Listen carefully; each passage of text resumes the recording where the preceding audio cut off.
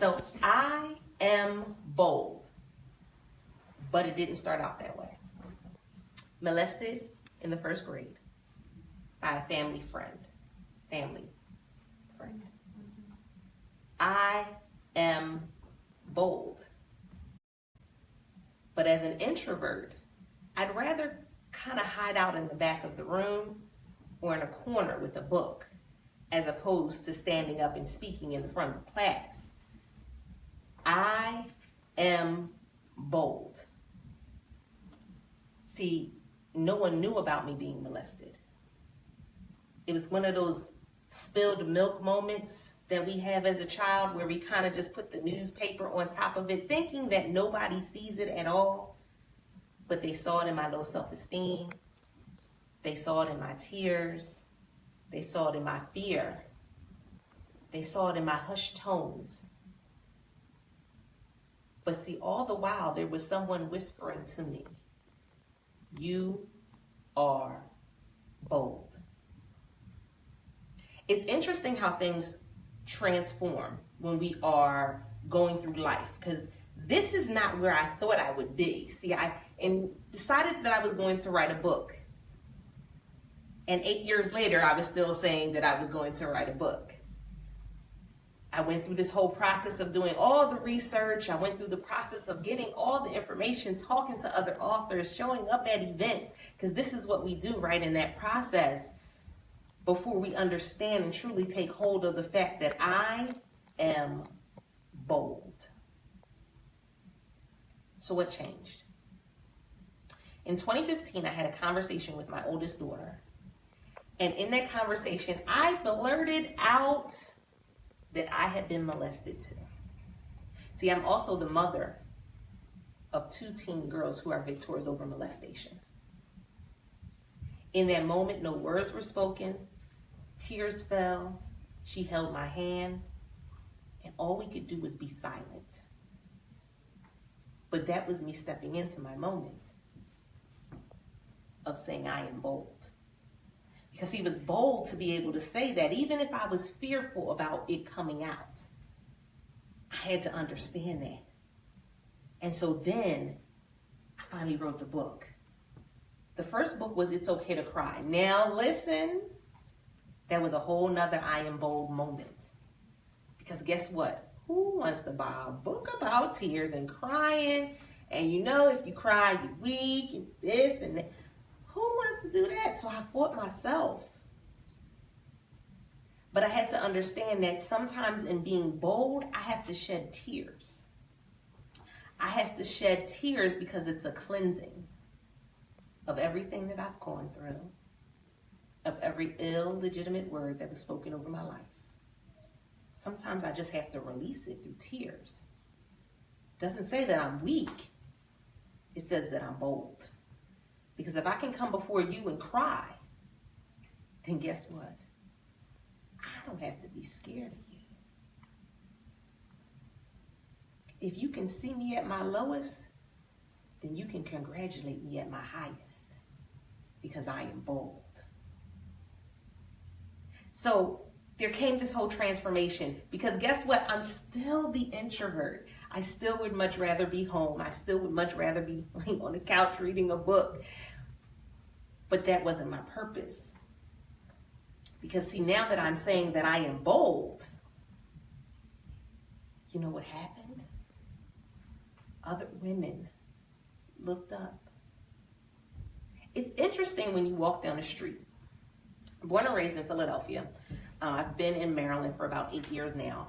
And when you're walking down the street, especially now, everybody's heads are down.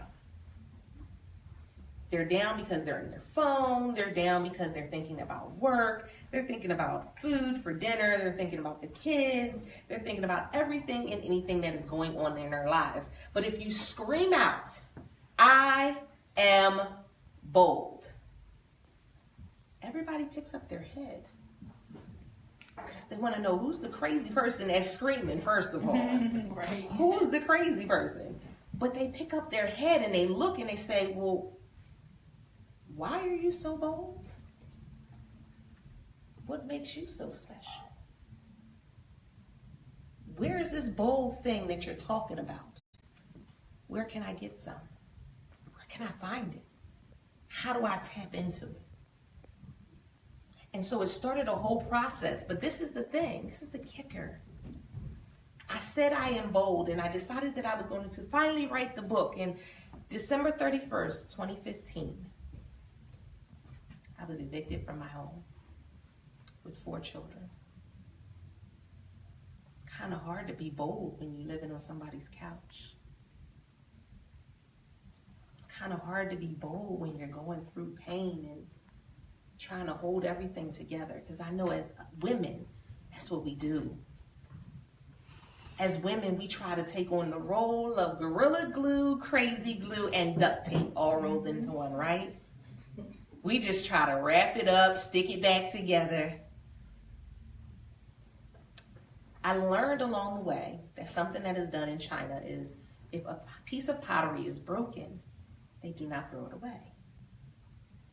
They take it, they put the pieces back together, and it is made into this new piece of beautiful art. All my pieces had to be put back together for me to be this beautiful piece of art. Now, I didn't say it was going to be an easy process, because we know it wasn't an easy process. But with saying that I am bold, you're showing up for the process. So I finally published the first book. It's amazing. I'm a published author. And then somebody says, great, I want you to speak. And I said,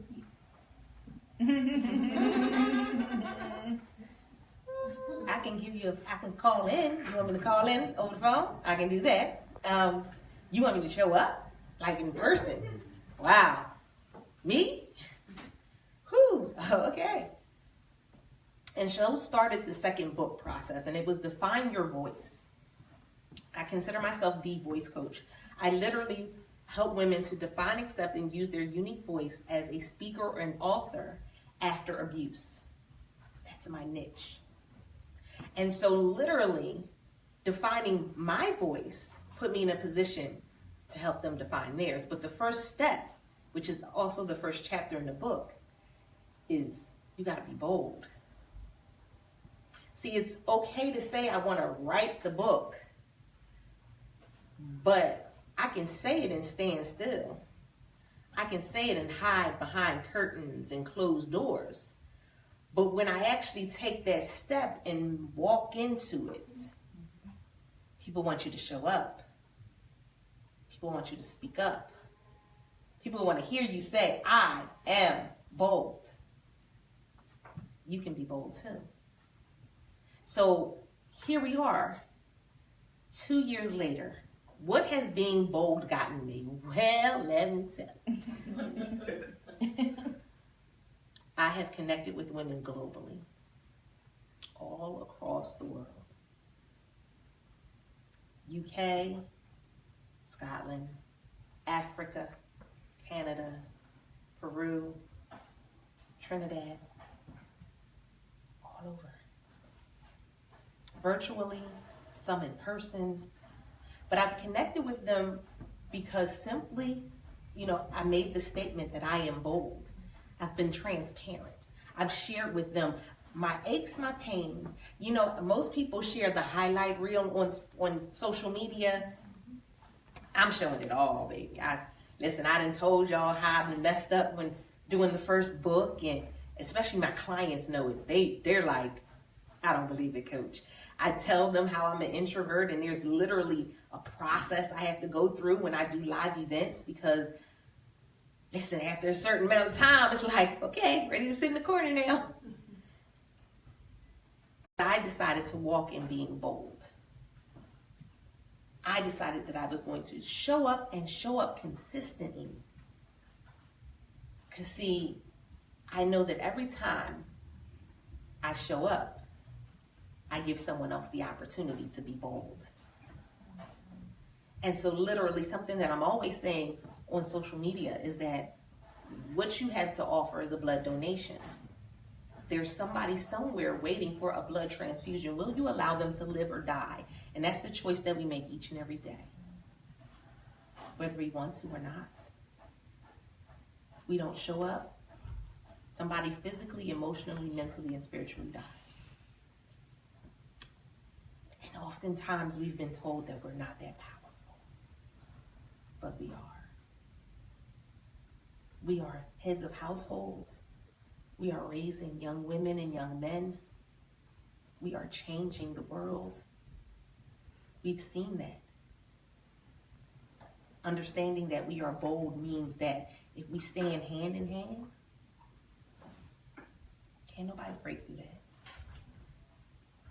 We can literally protect our children. We can protect our neighborhoods. We can protect our homes if we stand hand in hand. But you got to be willing to say, I am bold. So I need everyone in the room on the count of 3 to say, I am bold. 1, 2, 3. I am bold. No, I didn't say I am sleep. I said I am bold. I need to hear it. I need to hear it. 1, 2, 3. I am bold. Take that with you everywhere you go. To the classroom, to the boardroom, to the restaurant, to the schools, everywhere you go, to the courtroom, everywhere you go.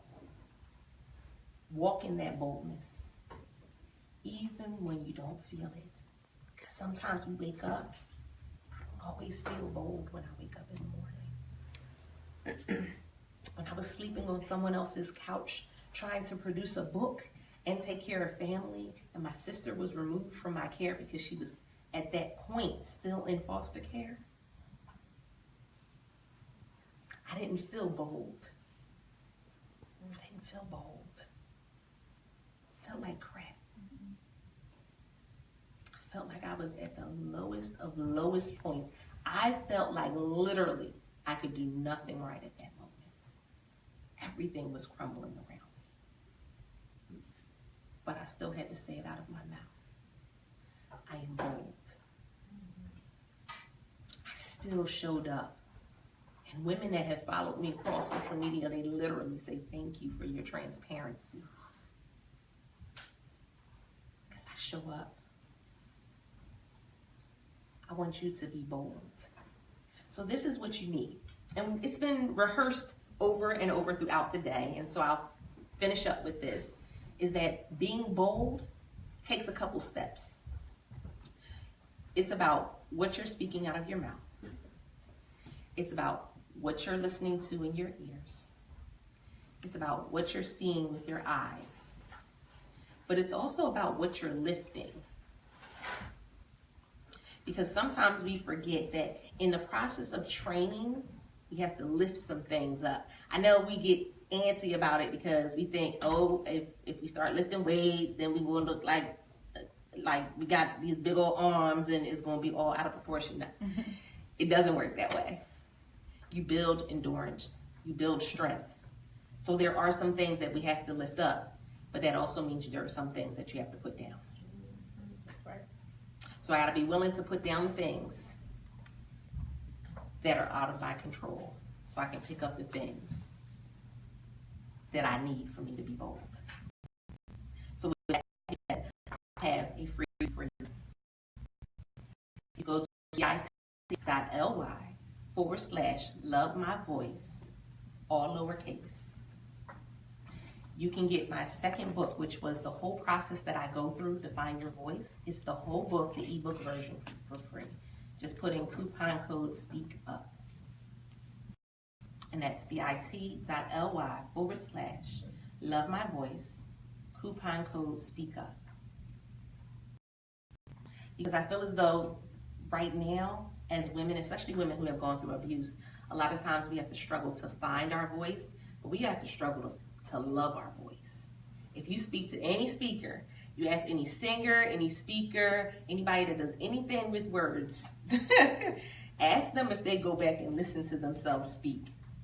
Most will tell you they do not, because they do not like the sound of their voice. it's a process. We got to go and listen to it, but we don't want to. So there's a process that comes with that, and I want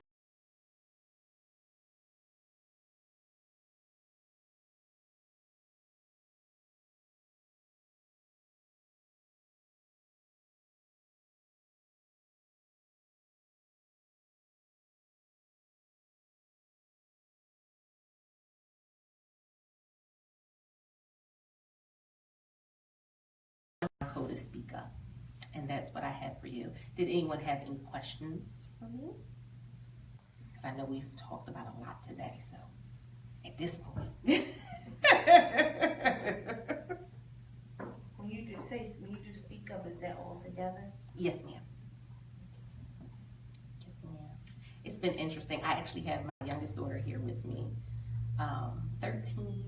14. Oh, wow. She's old. Yeah, she is. I'm not. So, but it's been an interesting journey, because when you, as a single mother of 4 teenagers and a guinea pig, it's not an easy journey.